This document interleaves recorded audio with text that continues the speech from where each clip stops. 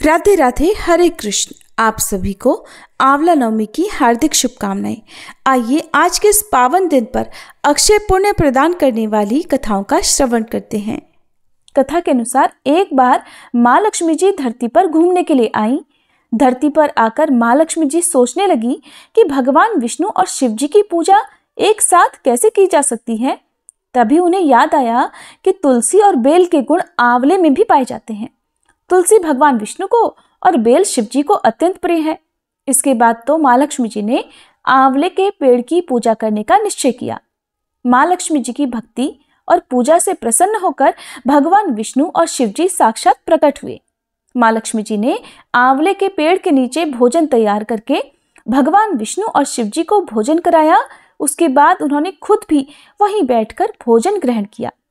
मान्यताओं के अनुसार आंवला नवमी के दिन अगर कोई महिला आंवले के पेड़ की पूजा करके उसके नीचे बैठकर भोजन बनाती है और ग्रहण करती है तो भगवान विष्णु और भगवान शिव उसकी सभी मनोकामनाएं पूर्ण करती हैं। इस दिन महिलाएं अपनी संतान की दीर्घायु और अच्छे स्वास्थ्य को लेकर व्रत रखती हैं। निसंतान महिलाएं यदि संतान प्राप्ति की कामना से व्रत रखकर आंवले के पेड़ का पूजन करती हैं तो उन्हें संतान सुख की प्राप्ति होती है। दूसरी कथा के अनुसार एक राज्य में आंवल्या नाम का एक राजा था। राजा ने ये निश्चय कर रखा था कि वह अपनी प्रजा में रोजाना 1.25 मन आंवलों का दान किया करेगा, उसके बाद ही भोजन ग्रहण करेगा। राजा अपनी प्रतिज्ञा के अनुसार ऐसा ही करता था, लेकिन उसके बेटे और बहू को ये बात पसंद नहीं थी। इसलिए एक दिन उसके बेटे बहू ने सोचा कि राजा इतने सारे आंवले रोजाना दान करते हैं, इस प्रकार तो एक दिन सारा खजाना खाली हो जाएगा। एक दिन राजकुमार ने राजा से कहा कि उसे इस तरह का दान देना बंद कर देना चाहिए। राजकुमार की बात सुनकर राजा को बहुत दुख हुआ और राजा ने रानी के साथ महल का त्याग कर दिया। फिर क्या था, राजा आंवला दान नहीं कर पाए और अपनी प्रतिज्ञा के अनुसार उन्होंने कुछ खाया भी नहीं। जब भूखे प्यासे 7 दिन हो गए तब भगवान को उनके ऊपर दया आ गई। इसलिए भगवान ने राजा के लिए जंगल में ही महल, राज और बाग बगीचे सब बनवा दिए और ढेरों आंवले के पेड़ लगा दिए। जब अगली सुबह राजा रानी ने ये देखा कि जंगल में उनके राज्य से भी 2 गुना राज्य बसा हुआ है, तब राजा रानी से कहने लगे, रानी देखो, कहते हैं ना कि कभी भी सत्य का साथ नहीं छोड़ना चाहिए। आओ नहा धोकर आंवला दान करें और भोजन करें। राजा रानी ने आंवले दान करके भोजन ग्रहण किया और खुशी खुशी अपने नए महल में रहने लगे। उधर आंवला देवता का अपमान करने और माता पिता से बुरा व्यवहार करने के कारण राजकुमार के तो बुरे दिन आ गए। उसका राज्य शत्रुओं ने छीन लिया और वह दाने दाने को मोहताज हो गया। काम ढूंढते हुए एक दिन वह अपने पिताजी के ही राज्य में आ पहुंचा। उस समय उसकी हालत इतनी बिगड़ी हुई थी कि पिता ने उन्हें बिना पहचाने हुए अपने यहाँ काम पर रख लिया। बेटे बहू सोच भी नहीं सकते थे कि उनके माता पिता इतने बड़े राज्य के मालिक भी हो सकते हैं, सो उन्होंने भी अपने माता पिता को नहीं पहचाना। एक दिन बहू ने सास के बाल गूंथते समय उसकी पीठ पर एक मस्सा देखा। ये सोचकर उसे रोना आने लगा कि ऐसा मस्सा तो मेरी सास के भी था। हमने ये सोचकर उन्हें आंवले दान करने से रोका था कि हमारा धन नष्ट हो जाएगा। आज वे लोग न जाने कहाँ होंगे। ये सोचकर बहू को रोना आने लगा और आंसू टपक टपक कर सास की पीठ पर गिरने लगे। रानी ने तुरंत पलटकर देखा और पूछा कि तू रो क्यों रही है। उसने बताया कि आपकी पीठ जैसा मस्सा मेरी सास की पीठ पर भी था। हमने उन्हें आंवले दान करने से रोक दिया था, इसलिए वे नाराज होकर घर छोड़कर कहीं चले गए। तब रानी ने उन्हें पहचान लिया, सारा हाल पूछा और अपना हाल भी बताया। अपने बेटे बहू को समझाया कि दान करने से धन कम नहीं होता बल्कि बढ़ता है। तब बेटे बहू भी अब सुख से राजा रानी के साथ रहने लगे और आंवलों का दान करने लगे। अब सुनिए आंवला नवमी की एक और कथा। आंवला नवमी के दिन एक सेठ ब्राह्मणों को आंवले के पेड़ के नीचे बैठाकर भोजन कराया करते थे, साथ ही उन्हें सोना भी दान किया करते थे। ये देखकर सेठ के पुत्रों को बिल्कुल भी अच्छा नहीं लगता था और वो अपने पिता से बहुत झगड़ा किया करते थे। रोज रोज की लड़ाई झगड़ों से तंग आकर वह सेठ दूसरे गांव में रहने चला गया।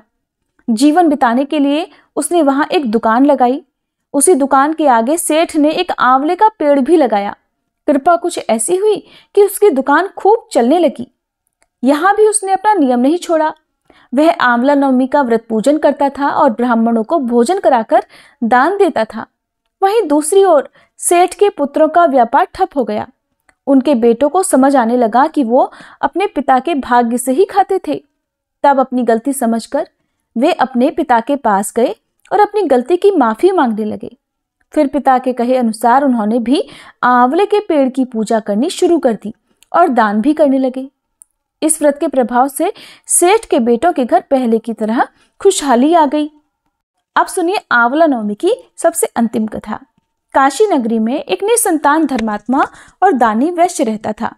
एक दिन वैश्य की पत्नी से एक पड़ोसन कहने लगी कि अगर तुम किसी पराये बच्चे की बलि भैरव बाबा के नाम से चढ़ा दो तो तुम्हें पुत्र प्राप्ति हो जाएगी।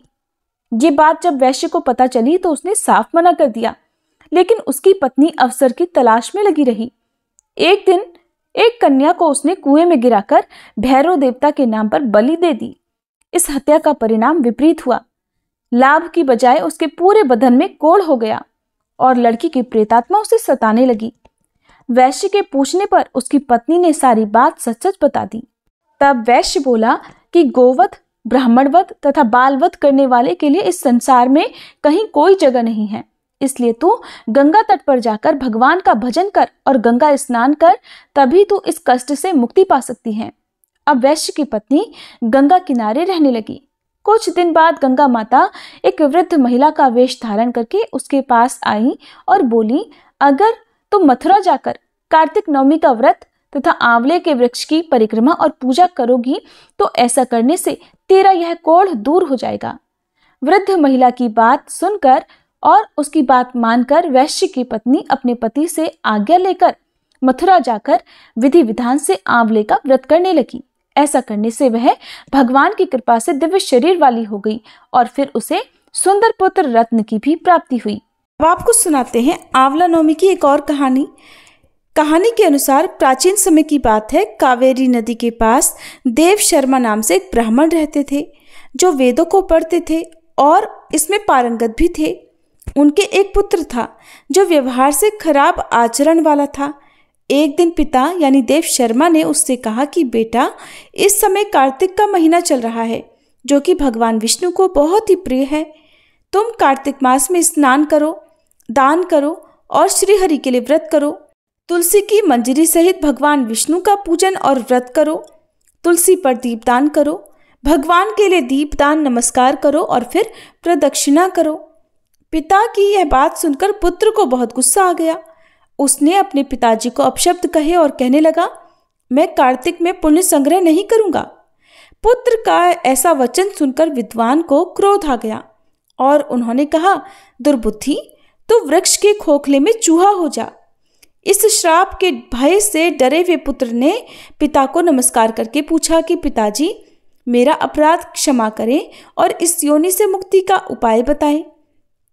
तब बार बार पुत्र के विनती करने पर ब्राह्मण ने श्राप का कारण बताया कि जब तुम भगवान को प्रिय लगने वाले कार्तिक व्रत का महात्म्य सुनोगे, उस समय उस कथा के सुनने मात्र से तुम्हारी मुक्ति हो जाएगी। पिता के ऐसा कहने पर वह उसी समय चूहा हो गया और कई साल तक वन में घूमता रहा। एक दिन कार्तिक मास में विश्वामित्र मुनि अपने शिष्यों के साथ वहां आए। वह भगवान की पूजा के लिए आंवले के वृक्ष की छाया में बैठे। उन्होंने अपने शिष्यों को कार्तिक मास का महात्म्य सुनाया। उसी समय एक शिकारी वहां आया जिसने ऋषियों को डराया और उन्हें मारने की धमकी दी। लेकिन महात्मा के दर्शन मात्र से ही उसकी बुद्धि निर्मल हो गई, ठीक हो गई। उसने ब्राह्मणों को नमस्कार करके कहा कि हे ऋषिवरों, आप लोग यहाँ क्या कर रहे हैं? मेरी जानने की बड़ी इच्छा हो रही है। उसके बार बार पूछने पर विश्वामित्र मुनि बोले, कार्तिक मास सब महीनों में श्रेष्ठ बताया जाता है। उसमें जो कर्म किया जाता है वह बरगद के बीज की तरह बढ़ता है। शिकारी को प्रेरणा से विश्वामित्र जी के कहे हुए इस धर्म को सुनकर वह देव शर्मा का पुत्र, जो कि चूहे की योनि प्राप्त कर चुका था, वह भी श्राप मुक्त हुआ और वह चूहे का शरीर छोड़कर तत्काल दिव्य देह से युक्त हो गया। इस प्रकार वह विश्वामित्र मुनि को प्रणाम करके स्वर्ग को चला गया और उस शिकारी ने भी कार्तिक मास का पालन करके अंत में वैकुंठ लोक की प्राप्ति की। आंवला नवमी के विषय में महाराज पृथु के पूछने पर देवर्षि नारद जी ने भी उन्हें आंवला नवमी का महात्म्य सुनाया था। कथा के अनुसार एक बार जब राजा पृथु ने देवर्षि नारद जी से पूछा था कि आंवला नवमी का महात्म्य क्या है, तब देवर्षि नारद जी ने कहा था, वैवस्वत मनवंतर में एक बार इंद्र सहित सभी देवता देव गुरु बृहस्पति जी की शरण में गए और उनसे पूछा, हे गुरुदेव, ब्रह्म काल से पहले ये सृष्टि कैसी थी? इंद्र आदि देवगण कैसे थे और उनका क्या कर्म था? यह सुनकर बृहस्पति जी ने कहा, उस समय की तो बात वह भी नहीं जानते, क्योंकि उस काल को बीते अब तक तो 6 मनवंतर हो चुके हैं, परंतु आपकी ही नगरी में सुधर्मा रहता है, वो सब कुछ बता सकता है। ये कहकर बृहस्पति देव जी इंद्र आदि सभी देवताओं को लेकर सुधर्मा के पास आए। सुधर्मा ने देवगुरु सहित इंद्रादि देवताओं का यथाविधि पूजन और आदर सत्कार किया। इंद्र सुधर्मा की राजलक्ष्मी तथा वैभव देखकर दंग रह गए और पूछा कि हे सुधर्मा, इतनी राजलक्ष्मी तथा वैभव तुम्हें कैसे प्राप्त हुआ? तुमने ऐसा कौन सा यज्ञ, दान व तप किया है जिससे ब्रह्म काल से पहले की बात भी जानते हो? ये जानने की हमारी अभिलाषा है। तब सुधर्मा ने उत्तर दिया, हे इंद्र, जब 4 युगों की 1000 चौकड़ियां बीत जाती हैं, तब ब्रह्मा जी का एक दिन होता है। उस एक दिन में 14 मनु और इंद्र होते हैं। जब हम विष्णु लोक में थे तब वहां पर रहते हमारे सामने इतने ब्रह्मा हो चुके हैं कि हम उनकी गणना भी नहीं कर सकते। उसके बाद हम यहाँ स्वर्ग में आए। हमने जो एकमात्र अच्छा कर्म करके इतनी लंबी आयु पाई है, उसका विवरण भी सुनो। पहले जन्म में मैं मांस भक्षी गिद्ध था। एक समय कार्तिक शुक्ला नवमी को श्री विष्णु के मंदिर पर बैठा हुआ था कि एक शिकारी ने आकर बाण मारा, जिससे घायल होकर मैं विष्णु मंदिर में आ गिरा। उसी समय मांस के लोभी एक कुत्ते ने आकर मुझको पकड़ लिया। उसे देखकर अन्य कुत्ते भी वहां आ गए। वह कुत्ता उनसे डरकर मंदिर के चारों ओर चक्कर लगाने लगा। अन्य कुत्ते भी उसके पीछे पीछे भागते रहे। इस तरह सभी ने मंदिर की प्रदक्षिणा कर ली और इसी बीच मेरी मृत्यु हो गई। मंदिर की प्रदक्षिणा से भगवान अत्यंत प्रसन्न हुए और मुझको अपना परम पद दे दिया। ये बात सुनकर इंद्र तथा अन्य सभी देवता अत्यंत प्रसन्न हुए और उन्होंने भी भगवान का पूजन करके परिक्रमा की। इसके पश्चात नारद जी ने नवमी तथा भगवान की परिक्रमा का महत्व बताते हुए कहा, हे राजन, कार्तिक शुक्ला नवमी सतयुग की आदि तिथि है। उस दिन भगवान की पूजा, प्रदक्षिणा, व्रत, दान, तप तथा यज्ञ करने से कई गुना फल मिलता है। यदि कार्तिक शुक्ला नवमी को मथुरा में जाकर भगवान का पूजन और प्रदक्षिणा की जाए तो उससे अनंत फल की प्राप्ति होगी। प्रदक्षिणा करने में जितने कदम उठते हैं उसके उतने ही कुल वैकुंठ में वास करते हैं। यदि मथुरा नगरी बहुत दूर हो तो अन्य किसी धार्मिक स्थान पर प्रदक्षिणा करें। यदि ऐसा भी संभव न हो तो ब्राह्मण श्री विष्णु की प्रतिमा, गौ, तुलसी जी अथवा शालिग्राम जी की ही प्रदक्षिणा कर लें। समुद्र सहित संपूर्ण पृथ्वी की परिक्रमा करने से जो फल मिलता है वही अनंत पुण्य फल तुलसी जी अथवा शालिग्राम जी की प्रदक्षिणा करने से प्राप्त हो जाता है। कार्तिक के शुक्ल पक्ष की नवमी को गौ, ब्राह्मण, देव मंदिर, तुलसी वन, साधु, वैरागी, जीवन मुक्त परमहंस, गृहस्थ, वेद, उपवेद तथा पुराण ये सब ग्राम में ही वास करते हैं। अतः अपने ग्राम की प्रदक्षिणा करने मात्र से सभी की प्रदक्षिणा स्वतः ही हो जाती है। ग्राम की प्रदक्षिणा करने के लिए प्रातःकाल ब्रह्म मुहूर्त में उठकर शौच, स्नान आदि नित्य कर्म से निवृत्त होकर कमंडल हाथ में लेकर ओम नमो भगवते वासुदेवाय मंत्र का जाप करता हुआ सूर्योदय होने से पहले ही प्रदक्षिणा प्रारंभ कर लेनी चाहिए।